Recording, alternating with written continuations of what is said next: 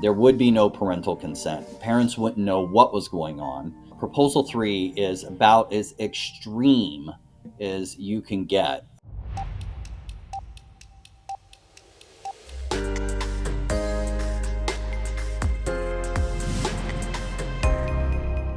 Welcome to another edition of WJ Now.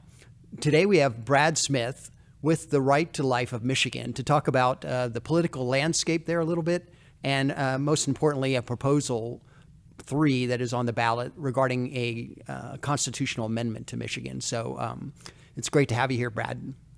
It's great to be here. Thanks for having me on. I appreciate it. Could you just give us a little overview of what this Proposal 3 is all about? And again, it proposes a new constitutional amendment in Michigan. Right. Yeah. So it's not just a law. This is a constitutional amendment. So Proposal 3 is about as extreme as you can get. It is, what they try and purport it as is just reinstating Roe versus Wade, essentially. Well, it's way, way beyond just reinstating Roe versus Wade, which is horrible in and of itself. What this will do is it will wipe out every law on the books that has to do with life, because it's a constitutional amendment. So any law on the books that conflicts with it, all of a sudden is unconstitutional. So that's our problem with this, is that it is a massive overhaul, and it would make Michigan worse than New York, worse than California. I mean, it puts us on par with, other countries like North Korea and China and those kinds of places with what they do on this thing. So give you some examples.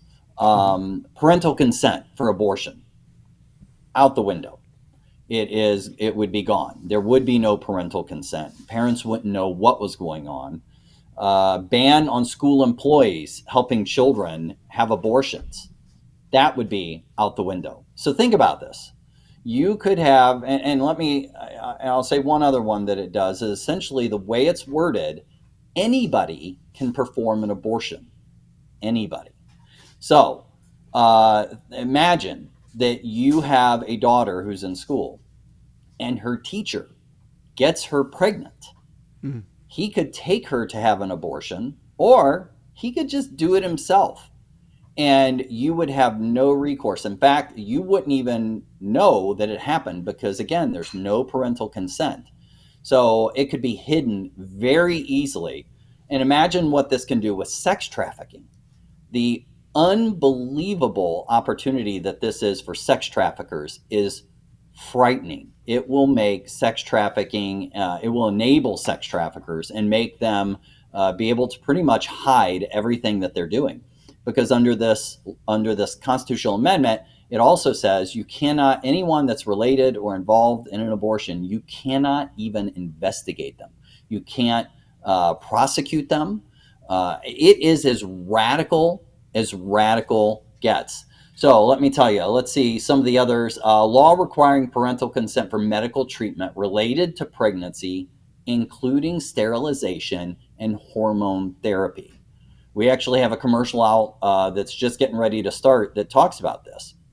And it is simply that, again, without parental consent, you could have a teacher at school who helps your kid get hormone therapy and start transitioning without your permission and without you ever knowing it's going on. Late-term abortion bans would be gone. So now they will say, well, there's a provision in there where the state government can regulate, some of this stuff, right. Except they put a giant hole in it for the mental health of the mother. And then screening for women being coerced to have abortion. Gone. I mean, this is just some of the stuff this thing does. It's frightening. Reagan, when he was governor of California in the late 60s, early 70s, there was an abortion law brought forward, and he was convinced at the time, and then later regretted it, that they had this sort of language in the, I think it was just a law. I don't know that it was an amendment, but it said something about the health of the mother, very broad language. And so that was the exception that you could drive a Mack truck through to basically say, abortion, for any reason. And as you said, here, even late term abortion. Some of the states have all the states, of course, are adjusting to what it means now that Roe v. Wade has been overturned. What do we want in our state? Is it Roe? Is it something less? Is it something more? And of Right. course, it looks like Michigan has gone, this group anyway, which I noticed is very well funded, has gone for the Yep. extreme, other direction, kind of New York style, where it's abortion, as you said, really up to the time of birth, based on this Yep. mental health Yeah. exception. Well, So and it eliminates a number of other things. I'll give you a few more. Health and safety requirements for abortion facilities gone. In fact, in this, they get to set their own standards for what it should be. So it's not like you could just pass a law and say, well, we're going to regulate this. This constitutional amendment would make it so that you wouldn't be able to do that. Listen, and I mentioned this somewhat, but the requirement that only doctors perform abortions would be gone. Conscience protections for doctors and nurses who object to abortions, that would be gone. So now, I think this would absolutely kill an already struggling medical community in Michigan. We get to deal with hospitals all the time. The reason I got involved in what I'm doing is because of my daughter. I worked in radio actually for 20 years and left it to get involved in this battle because my daughter has trisomy 18, my youngest daughter. And so we deal with hospitals all the time. Let me tell you, they're having a hard time with employees as it is. You start throwing on, removing conscience protections, you're going to see doctors and nurses in Michigan leaving medicine or certainly leaving Michigan to go other places and practice. They will not stay here and do it. The ban on taxpayer funded abortions would be gone. And get this, the possibility that even bans on statutory rape and incest could be gone because of this, the way it's worded. I noticed Gretchen Whitmer was recently in the news talking about it, saying that she thinks it will be a boon for Michigan businesses because she said she'll be able to go into Indiana and Ohio where they've, passed more restrictive abortion laws and say, hey, come to Michigan. We're all for this, which is an argument I don't necessarily buy. I mean, is abortion that much of a big deal when people are trying to decide where they want to work and live and raise a family that it's going to bring talent out of Ohio and Indiana into Michigan? What do you think of this Oh, I argument? know. I don't think so. What I think all she's referring to, well, maybe she thinks that's going to happen. That's not going to happen. What would happen is you're going to see, and we already know this is happening. I know of a Toledo abortion clinic that is looking at relocating right across the border in Monroe County, Michigan, which is just right there at Lake Erie, bordering with Toledo, and so they're already looking at trying to locate here so that they can turn this into just a killing ground. Michigan would just become a place that people would come to be able to have abortions all through the Midwest and probably from around the country with as crazy as this law is. But it'd be interesting to see what could happen. Really, when you look at how this is worded, because anyone can get into this. I was talking to a friend the other day who his business partner, he was a little stunned by this. His business partner said he hoped Prop 3 passed so that he could start his own abortion clinic. This guy's not in medicine. He's not a medical guy, but he sees it as an opportunity to make money because they've also put restrictions in there. Again, you can't investigate anyone, you can't prosecute anyone. He sees it as an opportunity to do abortions without having any real regulation and not being held accountable. So he couldn't be sued because, so if they accidentally kill a woman, well, oh well, no big deal to them because they would be protected by this crazy constitutional amendment. Yeah, I remember, of course, this was a big story in Pennsylvania where you had the abortion facility in Philadelphia that was not meeting, the state was basically not doing the inspections that they were required to by law. And so Right.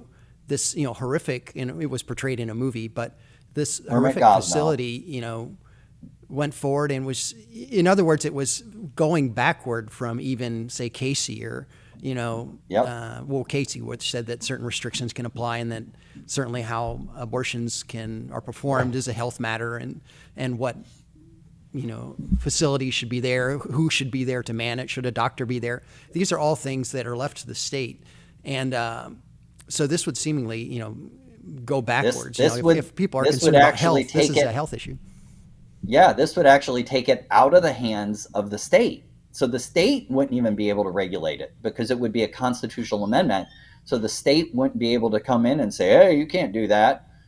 They'll just go and say, "Well, it says it right here. We can do what we want." And again, they set their own standards for cleanliness, their own standards. I mean, this literally is bringing back alley, making Yeah. legal, not bringing back, making legal back alley abortions. Kansas was the first state that, Midwest, that addressed the issue. They Yep. were coming at it from the other direction. So the state Supreme Court had already said, abortion's a right. They kind of did a Roe v. Wade in a sense. They looked at their Yeah. constitution and said, we've got this right to abortion that we can find in the language of our constitution, even though it didn't specifically say that. So it was put before the voters this summer. Do you think that we, should have a constitutional right to an abortion? And basically they kind of said yes. There was a messaging battle, and unfortunately in Kansas, Yeah. I would say they lost, because Well, and they it were was just very trying to get the confusing. issue What, back into the state legislature. right. But, Yeah. this was right And it in was the very confusing the way they were doing it there too. This is much more straightforward in the sense of, yes, we want to make it a constitutional right. No, we don't. So it's very clear from that standpoint. What's not clear is the language they use. They try, which, I mean, come on, they always do this, right? Try to make it confusing. They make it crazy broad, and then obviously they try and make it sound really good in the little bit of language that you actually read on the ballot. So our whole goal right now is to just educate people. We have done so. I know there were problems in Kansas, but one of the things that we have done is we've done our polling, we've done focus group testing. We know the messages that people, once they learn what is in this thing, once they understand all those things that I just walked through with you, it does not poll well all of a sudden. So we have a real chance to beat this. Absolutely have a real chance to beat this. But we're also in a situation where we need help. We need lots of money pouring in from across state lines, just as we've got people here donating in Michigan, no doubt about it. Tons of people doing that. But we need money pouring in from across state lines. So I'm telling you, I'm reaching out, asking help from everybody across the country. I hope people understand how important this is. It's easy to look and go, "Oh, it's Michigan. That's not where I live. I don't have to deal with that." What happens in Michigan will affect the rest of the country, and you have to look at it more like a presidential campaign. So if the other side, if the abortion lovers, if the pro-abortion supporters, if they lose Michigan in a campaign for president, they lose the election. They will not win if they don't win Michigan.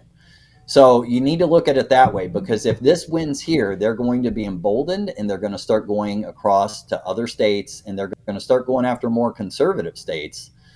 Michigan is not, we're kind of a purpley state. Mm-hmm. We can go a number of different ways. And so we have a chance to make this thing go the way we need it to. But we need help from across the country, people donating as much as they can to help us so we can stop this in its tracks here in Michigan and put Planned Parenthood on the run. Because we can do that. Because that's who's behind this. Just so you know, Planned Parenthood initiated this. In Michigan, it's called Reproductive Freedom for All. That's their group. But they're the ones, along with the ACLU of Michigan and Michigan Voices, who initiated this action. And are pushing it. So this is the people who are pushing this are the people who are in business for this. So I would ask you, please help us to stop this thing. Brad Smith, thank you for joining us today. It's very interesting to our readers, I know, to learn about these issues. As you said, they're going to be dealt with in each state. They are being dealt with in each state. So thank you for letting us know what's happening in Michigan, and Godspeed as you inform the voters of your state. Yeah, thank you. And if you don't mind, I wouldn't, if folks can, they can go to givesendgo.com So we just put up a Give Send Go campaign, and all you have to do is givesendgo.com/abortion amendment. It's that simple, and you can donate there and help us also get that out there, share it with people, and encourage folks to donate. We appreciate it very much, and thank you so much for having us on.